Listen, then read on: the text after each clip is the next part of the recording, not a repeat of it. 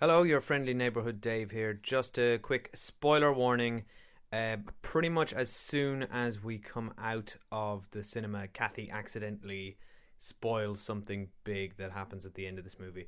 Now, to most of you, who gives a shit, really? I mean, it's the Fast and the Furious. But if you're a Fast and the Furious purist and you really don't want to know the ins and outs of what happens in this movie, then spoiler warning from the minute we come out of the cinema. There will also be some mild spoilers for Fast and the Furious 1 through 7, so watch out for that. And here's the show. Hello, it's Dave here again, and I'm with my wife and co-host Cathy as always. Hello. We're walking to the cinema to see the latest entry into the Fast and the Furious franchise slash saga slash never-ending story. And there's multiple names for this movie. We don't know what it's called. I thought it was called Fate, like F8. Yeah. But apparently that's not the name of it. I think that's maybe the shorthand name for it, and that's what the hashtag is, but it's also, if you look it up, it's the Fate of the Furious, or it's Fast and Furious 8. No, Is it Fate, F-A-T-E, or F8? It's F-A-T-E, Okay. the Fate of the Furious. But you see what they've done there? It's a little play on words because Pretty it's the 8th clever. in the franchise. Yeah. Oh, excellent. So you've sort of, you've only seen some of these movies, haven't you? Yeah, I've seen the first one, and I've seen the sixth one in the cinema with you. No, you saw the 5th one in the cinema with me. Oh, okay. You saw the 6th one on video when we were living in Sydney. Okay, And right. you gave up about halfway through. Yeah, and the thing is, I actually, when I watch them in that moment, enjoy the. I do enjoy the special effects because they're so ridiculous. But I have issues with the movies as well because they really. I don't know. First of all, I'm not into the macho male driving culture. Like, I don't like that at all, and I don't like how they objectify women. And I found it very odd. The last one, and I know I didn't see the movie, but like Paul Walker died in a car crash, and then this movie's like a big celebration of dangerous driving, and I actually find that really disturbing. So I find the whole message of them really disturbing, and they're weird. But ultimately, I do say when I'm in the moment, I kind of enjoy them. Like, they're very throwaway. Well, there is no message. Well, They're it's just, a message of macho culture and I guess. just obscenity and ridiculousness. Like, I did watch a clip of the last movie with Dave because he said you have to see the scene when it was on TV, and it was someone up a skyscraper in Dubai drove out of one of the top of one of the skyscrapers into another one. I mean, that's just really funny and fun, but it's ridiculous. They're the modern equivalent of the stupid over-the-top action films of the 80s, and they're the closest thing we have to them.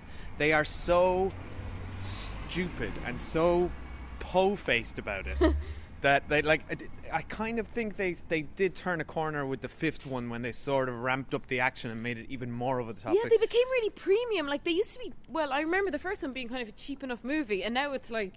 Well, they were crazy special effects and like such a big deal, but they weren't a big deal before. They were smaller scale. They were about. I mean, the first ever one was essentially a remake of Point Break, set in the underground racing scene, and it was just about that. It was just about racing and underground racers. Then, I mean, now they drive out helicopters. Now they literally have become this squad elite, like the A team who take on terrorists. It's just and the stunts have to be escalated every movie to the point where in the last one they literally drove cars out of an airplane for no reason and then parachuted so onto stupid. a mountain, because all of their plans / heists, whatever they're doing, need to involve cars for no reason. Even when in the scene you mentioned in Dubai in the tower, they went up there to, I don't know, steal a data chip or something, which was locked away in some billionaire's tower. But of course, guess what he had up there? A car. A car. Which is where the data chip was, conveniently. So stupid. So they drove the car out. There's always a car. And always we've observed, well, from the ones I've seen, and Dave's pretty much seen them all, that one of them has to be, bad in the movie. Like, one of the family, as they call themselves. Well, So, what in this happens one, is- it appears from the trailer that Vin Diesel is a baddie, though we can only but assume he isn't a baddie. Well, who knows? I guess we're about to find out. But And Charlize Theron is in this movie. what's weird. well, yeah, it's great. Everyone wants to be in these. They're brilliant fun. But The Rock and Jason Statham, I do love both of them, so Well, I enjoy them. What happens is, in the 5th one, The Rock was the bad guy because he was chasing them, and then in the 6th one, he joins the family, and that's the big deal. And then in the 6th one, Michelle Rodriguez is the baddie because she's lost her memory, and then in the 7th one she rejoins them, and in the 7th one Jason Statham is the baddie, and guess what, in this one looks like he's going to join them, because the family keeps on growing. And worst family ever, and they're all so boring. They never even crack a joke. They're all obsessed with family. Vin Diesel is the best in that, because I don't think Vin Diesel genuinely has a sense of humor. Like, I think he thinks this is the coolest thing in the world. Of these, it's pretty cool for him. Imagine the paycheck he's getting. Like, he would be getting so much money now to be in the 8th movie of a franchise. Well, it's worth noting that as of a couple of hours ago, the Fate of the Furious, Fast and Furious 8, whatever it's called, has become the record-breaking biggest global opening weekend of all time, surpassing The Force Awakens and Jurassic World. But that's because of China, right? Not 'cause largely the US. due to China. Yeah. It was it pulled in 100 million in the US, which was actually down on number 7, which was 140 something. But in China, it pulled in 190. So outrageous. Madness. Anyway, we better go in because we're going to do our classic late thing. Yeah, we're going to be late. I mean, obviously, the plot of this is going to be quite complex. I feel like it's going to be 2.5 hours long, we realise.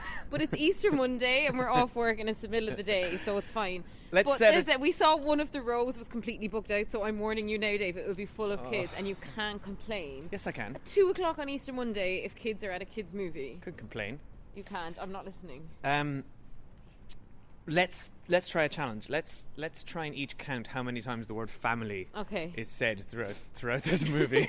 And see if we can get a total we got tally. this really good supplement which in one of the magazines that pulled out all the best Fast and the Furious quotes of all time. Can you read a quick few before we go in? Yeah, Time Magazine. Time Magazine did a really good. It's really interesting the Time Magazine did this. They did a sort of a statistical breakdown of all the movies. For instance, they've got the number of cars that were harmed in each movie.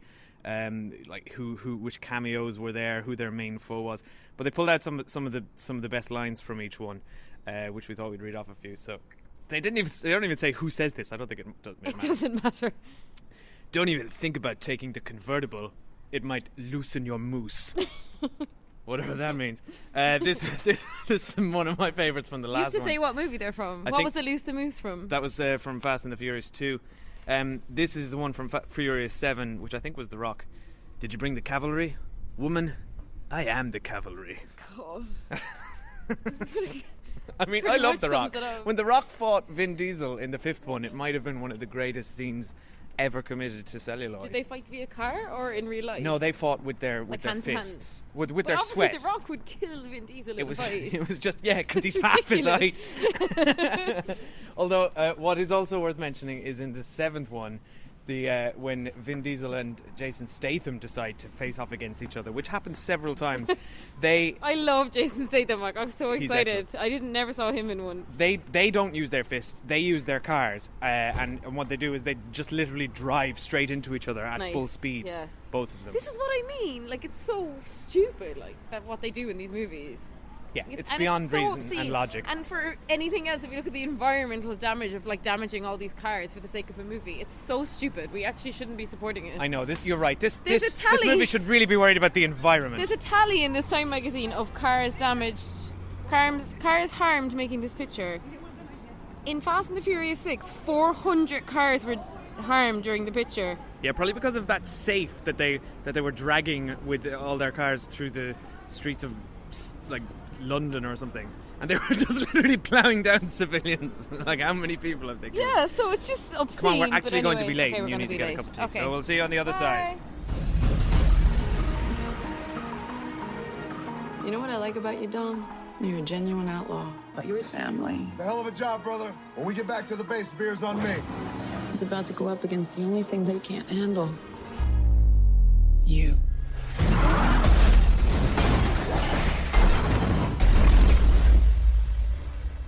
Did you ever think you'd betray your family the way you did today? Dominic Toretto, just turned on us. Well, you look at that. I don't know why he's doing this, but that wasn't dumb. She's the very definition of high-tech terrorism. And now, she's working with your guy. I think I found my team. This should be interesting. All right, so yeah, we're just out of Fate of the Furious 8. That was so stupid. It was so stupid. I can actually barely think of anything to say about it, other than that I kind of enjoyed it. I thought the start was quite fun, and then it just really dragged towards the end because it was just like about a half an hour too long. It's way too long. Yeah. Like I felt like there were entire scenes just setting up the next set piece of it would just go back and forth with Charlize Theron in her base saying, "We need to get the nuclear codes next," and then it goes back to Kurt Russell and it's like, how are we going to track them? And it's like, we'll use this, and then it's just a lot of like nonsense gobbledygook hacker talk going back and forth. Like, don't worry, I've decrypted the defragment. It's like basically there's even at one line where Charlize Theron literally says something along the lines of, "I've hacked the database," or "I've the mainframe." She says, "I've hacked the mainframe." There's so many hackers in it. I do have to say, kind of as overall view, there were funnier bits than I was expecting. Like, I thought the stuff with The Rock and Jason Statham was quite funny. I mean, not laugh out loud funny, but quite funny. And you know, there was a bit of humour to it. Obviously, the core crew, the family, were just as dull as ever. But I do enjoy Vin Diesel's screen presence as well. I mean, no, Vin Diesel is a laughable person. But he's good in these movies, though. Yeah, he really pulls it off. No, but here's the difference. I was laughing with The Rock and Jason Statham, and I was laughing at Vin Diesel. Yeah, I was laughing at Vin Diesel. Charlize Theron was good. She gave a very solid performance. But I mean, she's an Oscar-winning actress. She was enjoying herself. She was just enjoying hamming it up herself, yeah. majorly. Helen Mirren, what was that about? I was like, why is she in this movie? Doing a bad Cockney accent. Yeah, her accent sounded fake. It sounded an American person trying to do an English accent. And then Luke Evans showed up, which I quite enjoyed. I didn't realise he was in the franchise now because I missed the last movie. Spoiler alert. Spoiler alert. I'll put a spoiler at the beginning. In the trailer. No, he's not. Oh, isn't he? So, okay. Spoiler alert. Anyway, I just thought how cool for him. He's in like the two biggest grossing movies of the year, Beauty and the Beast and Fate of the Furious. Yeah, not that he had much to do in this. He'd nothing to do in this. Well, everyone should just watch him in Beauty and the Beast. We're in full spoiler sections, so we can let's talk about the... I mean, there's nothing to spoil. They drive their stupid cars everywhere with no regard for human life. Even when they're not undergoing their stupid missions, they're just speeding all the time, and that really annoys me. As someone who barely hits the speed limit when they're driving. It's called the Fast and the Furious. When they're just driving down the street, they're going like 150 miles an hour. It's just... They have no regard for human life, and yeah, but the movie's not called The Speed Limit and The Cautious. Yeah, but at one point I just thought, are we supposed to be rooting for these people because they're actually horrible? Like, they don't care who they kill, they don't care who they injure. All of this for Vin Diesel's son. There is a point where you're bang on. Vin Diesel is, you know, trying to shake his tail, which is his family are chasing him through New York City, and he cleverly decides to drive through an entire line of scaffolding which is attached to a building. Yeah, just knocks it over. Which surely has men working on it. It's in the middle of the day. They showed men. Dozens of men must have been murdered, like innocent through, men with their own families. And they drive through like markets, like when people are out shopping and stuff. Oh, but they beep their horns. That's okay. They full on shoot people. Now, I don't remember from other movies them just shooting and killing people. Do you? No, yeah, but they only ever shoot and kill bad guys, which in this case was. Each character like murdered a couple of people. Yeah, which although is weird. Were they bad guys? Because the people they were shooting were technically innocent Russian soldiers who weren't doing anything and were being attacked by a third party. Yeah, but I also kind of, I don't know. I have to say I did like enjoy bits of it, and then I just got really bored in the middle. And in the end, I was just really annoyed with all of them, and I actually wish they all died and Jason Statham was alive and raised the baby. That would have been my dream ending, because they were awesome together, him and the baby. That was like Vin Diesel, an imagine excellent being your scene. dad. So boring and so convenient. Now that we're in spoilers, that his ex shows up with a kid that she never told him about for apparently no reason. She gives a really vague explanation like, oh, well, right about the time I found out I was pregnant, your ex-girlfriend came back to you. From the dead. With amnesia. And then I decided to wait till after your honeymoon to tell you about your child. So what, a year has passed and you've But not then I told was him he's got a kidnapped kid? in the meantime, you know? And then, look, conveniently for them, she gets bumped off, so there's no competition for Michelle Rodriguez. She can just be the mom now. Can we just fully address the fact that this is a soap opera? Like this whole saga, it's not a saga, it's not a movie saga, it's a soap opera. There are people die, come back from the dead, people have babies with other people. This is completely Bold and the Beautiful territory. And it I even knew it. sounds I like said, that. They're the calling Fast the and kid, the Furious. They're calling the kid Brian. Yeah, they called him Brian. Of course they did. Well, we saw that coming. Well, how nice of her, like, not to give the kid a name for a year. She's like, I didn't name the child. His father should name him. So if you're so into this bullshit. patriarchal view of child rearing, why haven't you told the father he exists? I missed her being killed actually because I went to the bathroom and I came back. Dave's like, oh, she's dead now. Well, you Like, missed all that, right, like. okay. I barely even remembered that she was a character. I think she showed up in the 5th one in Brazil. She was a cop. And then I think maybe he was with her in the 6th Yeah, I one. didn't even get it. I was when like, Michelle who's she? Rodriguez comes up. And I think the way I remember it in that one, you know, it ends with her pretty much saying, you should be with Michelle Rodriguez. But presumably she knew she was pregnant at that point. No, with Dave, she didn't find out at that point. baby Brian Marco Toretto.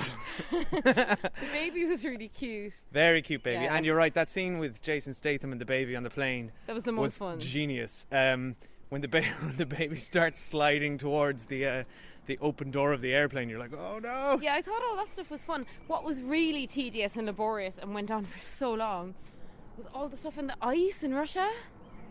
Just Yeah. that was so boring. And actually, if you consider the last movie was them driving around skyscrapers in Dubai, which is pretty cool, this was a bit dull in terms of the driving. It was just like, I've driven on icy roads in Ireland in a mild winter and it's very hard to control your car. Yeah, but they all So they're decided to driving bring across sports ice. cars. They're driving across ice with nuclear submarines going off underneath them, and like hundreds of men dying around them. Their cars seem to be flame-proof, bulletproof, impact-proof. They all, without a scratch, survive. And I just thought, it's so stupid. But there's almost any situation that they're up against, okay? Whether it's having to sneak into a submarine and get the codes, or having to stop a Russian envoy from being destroyed in New York City. None of these situations would require 8 cars No, and driving. the thing in New York City, which Stealth. to be fair was quite cool but went on too long, was That was very cool. where they took control of all the cars automatically in That the was city. great fun. And started driving the cars. That was really cool. But then remotely driving them. But then why do they all need to converge on top of it with their cars? Because the only thing to solve, when there's loads of cars out of control, the only thing that's going to fix it is more cars. Yeah. Send more cars on top. But like, surely stealth would have been a much better option to get into the Russian sub base. Also, why do they keep going to this team? It's a bullshit team or family, whatever you want to call them. Like, what are, besides their hacking skills, like, this is Kurt They Russell have has no law. Like, they're not on the right side of the law. and They're Kurt baddies. Russell has the entire resources of the US behind him, but he relies entirely on these 7 And random then there was people. a weird, because a lot of characters in the movie, and to be honest, I don't know any of their names. But then Kurt Russell has like a deputy as well, and he's a character, and I just felt like there was too much going on. And he was literally a pointless character. Yeah. He was just there to bounce off with what's his name, Ludacris. I thought he was going to come out as like a baddie or be double crossing. I thought there was some reason why he was getting so much screen time, and there was just none. Let's address, I think the most enjoyable part of it was The Rock and Jason Statham Yeah. bouncing off each other. I'd watch a movie with just the two of them. I would love that, and I love the plot with The Rock being like a really intense soccer dad, and his daughter and all her friends have to do Yeah. the haka before they play soccer. Like, The Rock That is stuff's fun. such a great movie star. He looks the part. He's a great action hero. He's just good fun, and he seems to be. He's like he's in on the joke, whereas Vin Diesel, I think, thinks that he's just the coolest person in the world. I think he believes in all this shit. So he's very intense. The way he delivers all those lines, like, and he slurs his words. I've no idea what he's saying half the time. What I thought was very strange about the movie was the audio, right? So at any given point, when they're all in these crazy cars driving 100 miles an hour, they can all speak to each other, like apparently through windscreens. Yeah, Bluetooth. They probably have a sort of a conference call set up on And Skype. then when Jason Statham and The Rock are both in separate prison cells, like encased in bulletproof glass and everything, they're just having a full-blown conversation. Then later on, when The Rock and his ex-girlfriend and the baby are separated by a wall of glass again, they're whispering to each other. They can hear each other. Yeah. I was like, this makes no sense.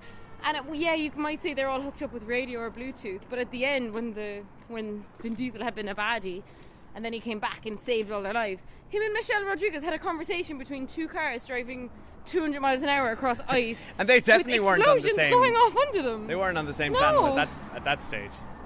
So I Maybe think the physics of it really annoyed me. I just kept, because there was so much of it. Like there was such a long.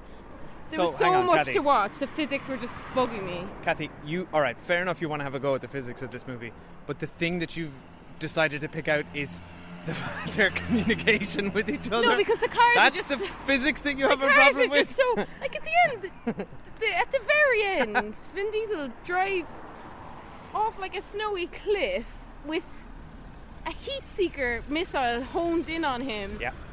And he sets off this, what they said was a nuclear explosion, and he No, they said emerges the nukes without are a scratch. safe. The nukes are safe when there's no code or something. Okay, but they have a line of an exposition. explosion that would destroy a whole village, basically. Yeah. No, but it's fine because they all drove around him in a circle in their cars to protect him from the explosion. And then none of them because that died makes either. sense. No, because they're family and they stick together. Also, officially the count for family was 13, which actually doesn't sound like a lot. But if you think about it, this movie's about 130 minutes long. Too long. It's once every 10 So minutes. it's once every 10 minutes, so it's the word Even when I family. was walking back from the bathroom, I heard Charlize Theron say it twice. She was always saying it to him. Yeah. But yeah, it's just, you know what? I'm never going to see one of these movies again because it's so joyless and it's so silly. And they're all so sanctimonious. That's what really annoys me. Like, at least if you're going to be a villain, you know, be a fun villain. But they're all so po-faced and they think they're doing incredible things. And I at the end, they all disagree. sit around and say grace. And, like, it's like, you've just murdered all these people. Yeah. Like morally, they have no compass. They live in a fantasy world. I'd love to see the actual repercussions of these people's actions. Like they're not Yeah. good guys. They're just madmen. And when Vin Diesel did all that crazy carnage in New York City, he had a mask on, and then he just takes the mask off. So he's going to be on all Yeah. these videos. And he's not a hero because he was willing to give up nuclear codes to save his own child. Yeah. Which isn't, on That's face not value. heroic at it's all. not heroic. Oh, and we never discussed the opening scene, which was quite fun, of just kind of back to the roots of a drag race. And his Yeah. whole car is aflame, and he still wins the race because he reverses across the finish line. He puts his life was fun. at risk. He puts his life at risk to win the car. So his cousin's car is being towed by this guy who he owes money to, and he says, I'll race you for the car for my cousin, and I'll drive the car, and if I win he gets to keep it. And so he does that, risks his own life, destroys the car, making risks the the life of, entire lots of of innocent lots of innocent bystanders. people in Cuba, which makes the whole point pointless. The guy offers him his car in return, and he says, no, you keep it. But and that then was more fun because that's like at least the drag race and stuff.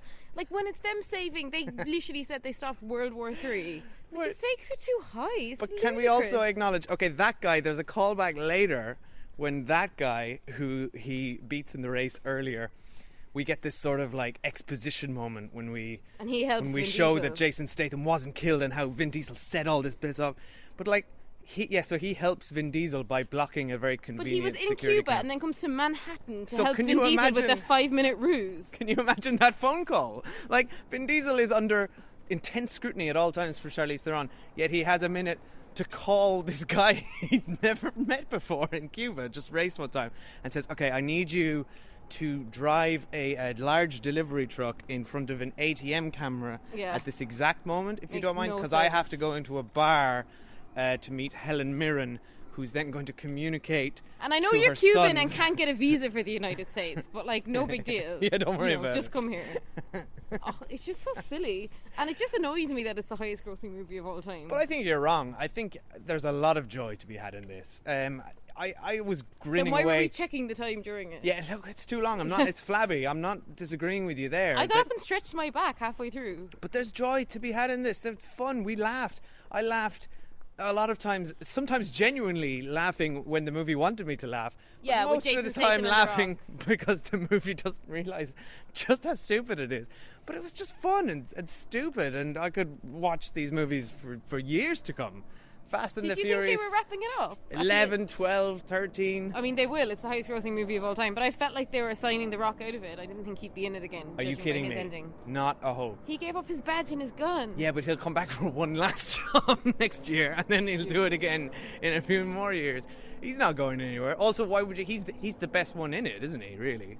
Yeah, but he's probably. Oh well, look, I don't know. But anyway, yeah. No, but Cathy, do you know what? Next time, they're going to be up against an even bigger threat, and they're going to have to work with someone they never thought they would. What's the bigger threat than Charlize World War Theron. III?